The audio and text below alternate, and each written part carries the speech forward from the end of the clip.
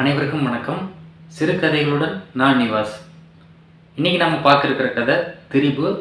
ஆசிரியர் திரு கி ராஜநாராயணன். புதுவை நகரில் ஒரு பங்களா தெரு. அதில் ஒரு பங்களா எப்போதும் பூட்டியே இருக்கும்.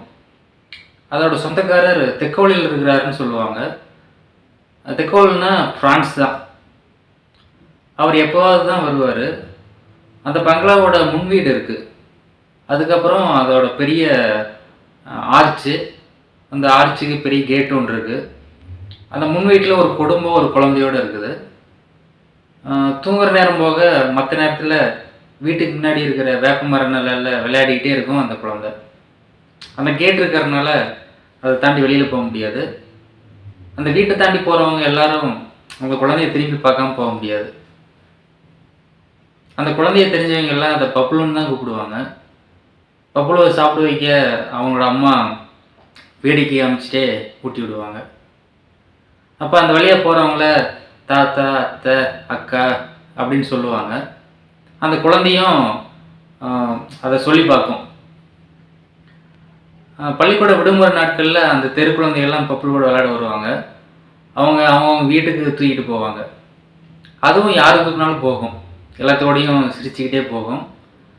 பப்புளோட முதல் பிறந்தநாள் கொண்டாடுறாங்க. அப்புறம் அதுக்கடுத்து அதுக்கு மொட்டை போடணும்னு முடிவு பண்ணுறாங்க. மொட்டை போடுற நாள் நெருங்க பப்புளுக்கு விதவிதமாக தலையரங்காரம் பண்ணுறாங்க.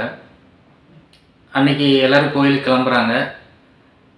அங்கே போனதும் அதுக்கு மனசு ஒரு மாதிரி இருக்குது. குழந்தைக்கு வீட்டுக்கு போகலான்னு முரண்டு பண்ணுது.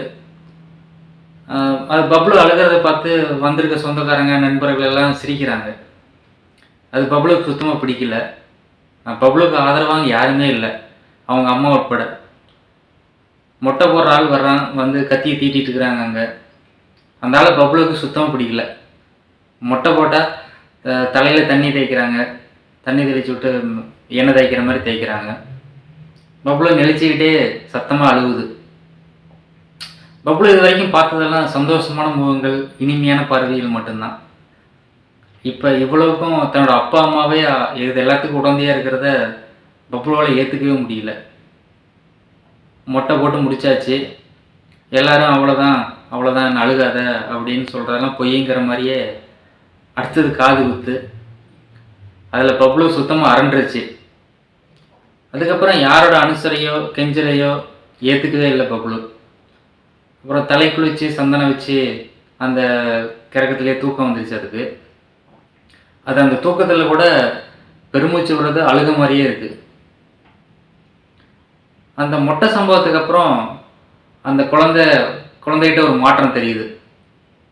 இப்போல்லாம் அந்நியர்களை முறை சொல்லி கூப்பிட்றதில்ல, கை நீட்டு அவங்க எல்லாத்துக்கிட்டையும் போகிறதில்ல. அந்த மாய புன்னகை மறைஞ்சு வேற முகம் வந்துடுச்சு. நன்றி.